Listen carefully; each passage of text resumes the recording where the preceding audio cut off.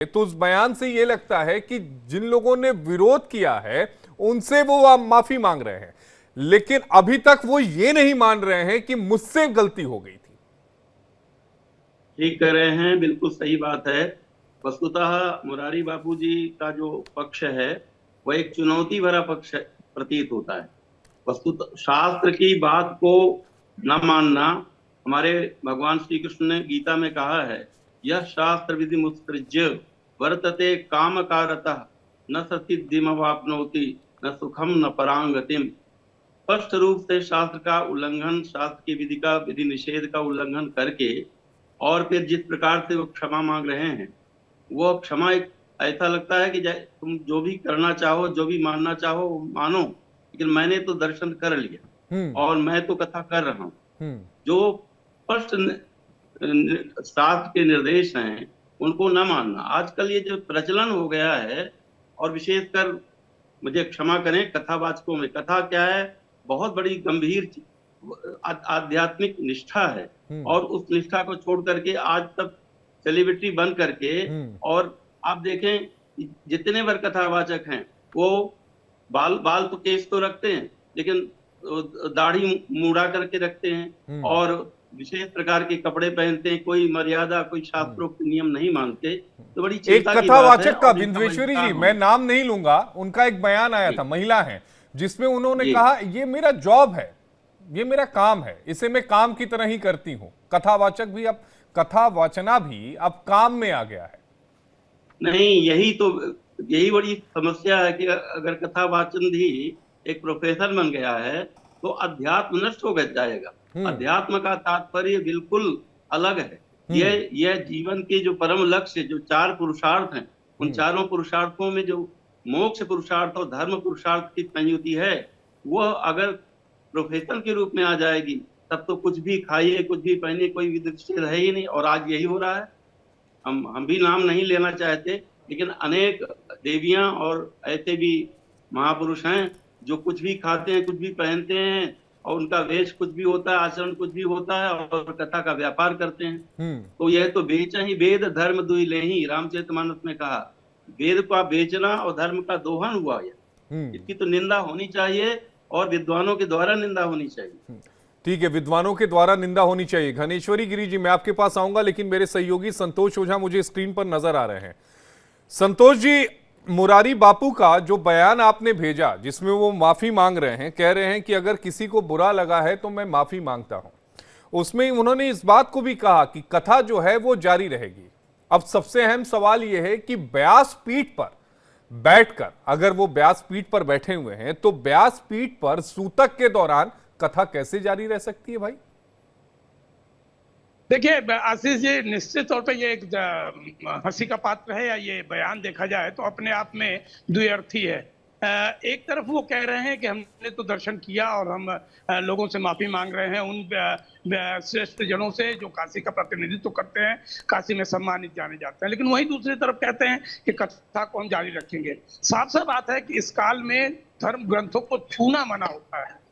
उसके आगे की बातें यदि न किया जाए, छूना मना होता है, तो साफ सी बात है कि व्यास पीठ पे बैठकर कथा वाचना, कथा को सुनना और कथा का श्रवण करना, ये तीनों अपराध के श्रेणी में आता है, पाप के श्रेणी में आता है। तो समझा जा सकता है कि उनका बयान अपने आप में विवादित है, अपने आप में भ्रामक है, और निश्चित तौर पे इस बयान पे भी चर्चाओं का बाजार गर्म हो गया है। लोग अलग अलग ढंग से इस बयान का परिभाषा कर रहे हैं, और सबसे मजेदार बात यह है कि यदि संत समाज की बात करें तो संत समाज इस बात का मजाक उड़ा रहा है कि आखिर इसका मतलब क्या है, इनके कहने का श्रेय क्या है। जब आप छूतक काल में है, आप में इन चीजों से परहेज करना चाहिए, तो फिर ये कहां से और कैसे? तो इसका जवाब मुरारी बापू ही दे सकते हैं। लेकिन ये कहा जा सकता है कि आज का ये माफीनामा, ये बयान अपने आप में कई सवालों को जन्म देता हुआ नजर आ रहा है। उस माफीनामे को गौर से सुना होगा संतोष जी आपने। उस माफीनामे में उन्होंने ये नहीं माना कि हाँ मुझसे गलती हुई। उन्होंने कहा कि वहां जाने से अगर किसी को लगता है कि मैंने गलत किया तो मैं माफी मांगता हूं।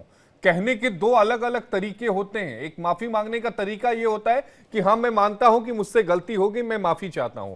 दूसरा तरीका यह होता है कि अगर आपको लग रहा है कि मैंने गलत किया है तो मैं माफी चाहता हूं। तरीके दो अलग हैं।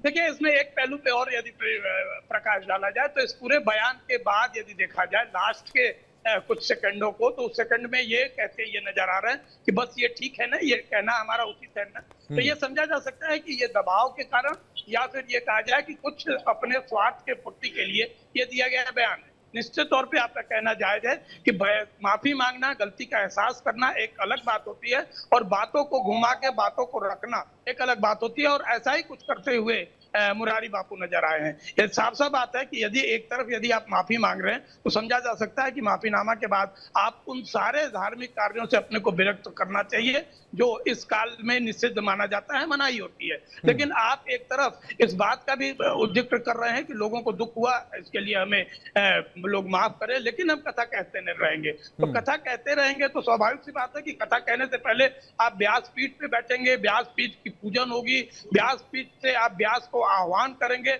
और यही नहीं, अंत में उसकी आरती भी उतारी जाएगी। तो ये जो कृत्य है, ये जो कर्म है, ये जो संस्कार है, इस संस्कार को करने के लिए आपका शुद्ध होना जरूरी है, जो इस दरमियान आप नहीं है। तो समझा जा सकता है कि ये बयान अभी और आगे बढ़ेगा, और ये विवाद भी निश्चित तौर पे विवाद बढ़ेगा। मैं आपके पास आता हूं, लेकिन स्वामी घनीश्वर गिरी जी, मैं आपके पास आना चाहूंगा। संतोष जी को आपने सुना, उनके बयानों को भी सुना, और उनके उस बयान को भी सुना कि कथा जारी रहेगी, मतलब कथा अभी भी करेंगे वो। देखिए, कहने का मतलब ये है कि मुरारी बापूजी पहले भी कई बार विवादों में आ चुके हैं। ये व्यासपीठ पर बैठ के अल्लाहू अल्लाहू भी करते हैं, लेकिन देश प्रतिक्रिया करता है, इनको कोई फर्क नहीं पड़ता है। और रही बात सूतक की, तो इनकी पत्नी का देहांत हुआ है। इनको देश के जनता के सामने भी, और जितने भी धर्म गुरु हैं उन सब के बीच में रहते हुए भी इनको इन सब चीजों का पालन करना चाहिए, लेकिन इन्होंने इन सब चीजों को दरकिनार किया है। इस बात को ये कह सकते हैं कि अपने मन मुताबिक चलते हैं, लेकिन धर्म एक अलग नीति से चलता है। देश देखता है, जितने भी समर्थक होते हैं, फॉलोअर्स होते हैं, याचक होते हैं, वो अपने गुरुओं को, अपने धर्म गुरुओं को मानते हैं, उनको फॉलो करते हैं। लेकिन इन्होंने इस बात को भी नहीं देखा, और ये अब जो माफी मांगने का जो ये ड्रामा कर रहे हैं, ये बिल्कुल गलत है। अगर माफी मांगनी थी तो इनको अपनी कथा को भी बंद कर देना चाहिए था, लेकिन ये ऐसा नहीं करेंगे, क्योंकि ये कोई बाबा या गुरु नहीं है, कोई संत नहीं है, ये एक गृहस्थी है, और इन्होंने कथा का एक धंधा बनाया हुआ है। और ऐसे बहुत सारे ऐसे लोग हैं जो गृहस्थ हैं और नियमों को ताक पे रख देते हैं, क्योंकि इनका बड़ा नाम हो गया है तो ये सोचते हैं कि देश में कुछ भी करेंगे। इन्होंने पहले भी इसी व्यासपीठ पर बैठकर ऐसे ही हरकतें की गई हैं, ये नहीं होना चाहिए। देश की जनता को, धार्मिक लोगों को आहत होता है, दुख होता है कि अगर यही लोग करेंगे तो जो नियम और जो शास्त्रगत धर्मगत जो नियम बनाए गए हैं उनका क्या होगा। और धर्म तो नियमों से चलता है, घनीश्वर गिरी जी, धर्म तो नियमों से चलता है ना। हम आप अपने हिसाब से नियमों को तोड़ मरोड़ तो नहीं सकते ना। हम ये तो नहीं कह सकते ना कि सोमवार को हम बजरंग बली की करेंगे, हम मंगलवार को करने लगेंगे अब बाबा विश्वनाथ की, ऐसे नहीं होता। वही हम बता रहे हैं, धर्म को लोग जीने के लिए जाते हैं, धर्म कोई, लेकिन यहाँ लोगों ने धर्म को धंधा बना रखा है। सिर्फ पैसे के लिए लोगों को धर्म के साथ लेके चलते हैं। धर्म को मानने का बहुत ही कम रह गया है यहाँ। इस बात के लिए हम भी दुख जताते हैं, क्योंकि जो भी आचार्य बनते हैं, बहुत सारे ऐसे आचार्य हैं जो सिर्फ कथा करते हैं। वो कथा अर्थ के अधीन होती है, उसमें धर्म का इतना संगत नहीं होता है। इसी तरह से इस देश में धर्म का बहुत बड़ा धंधा चल रहा है और चलता आ रहा है। इससे कई बार आम जनता को बहुत आपत्ति और आहत होता है। कई बार आम जनता को आपत्ति भी होती है, वो आहत भी होते हैं। हमारे साथ डॉक्टर शिव प्रकाश पांडे जी भी हैं।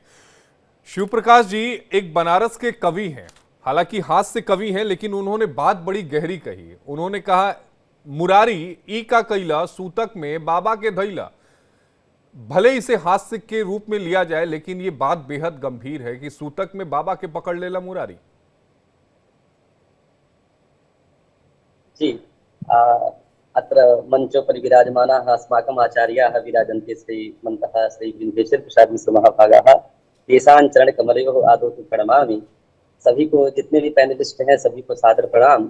और यह नितांत विचारणीय बात है। यदि धर्माचार्यों की यह प्रवृत्ति रहेगी तो निश्चित ही, लोग कहते हैं, आए दिन कहते हैं कि धर्मो रक्षति रक्षितः, तो धर्मः रक्षितः धर्मः कदा भविष्यति। अस्माभिः ये बुद्धिवत, हमने जो बुद्धि विशिष्ट लोग हैं, वही जब धर्म की रक्षा करेंगे तो वही धर्म रक्षित हमारी रक्षा करेगी। आप यदि शौच का विचार, हमारे यहाँ कर्मकांड में जो अंत्येष्टि जो 16 संस्कार हैं, इसमें मुख्य रूप से शौच का बहुत बढ़िया से विधान किया गया है।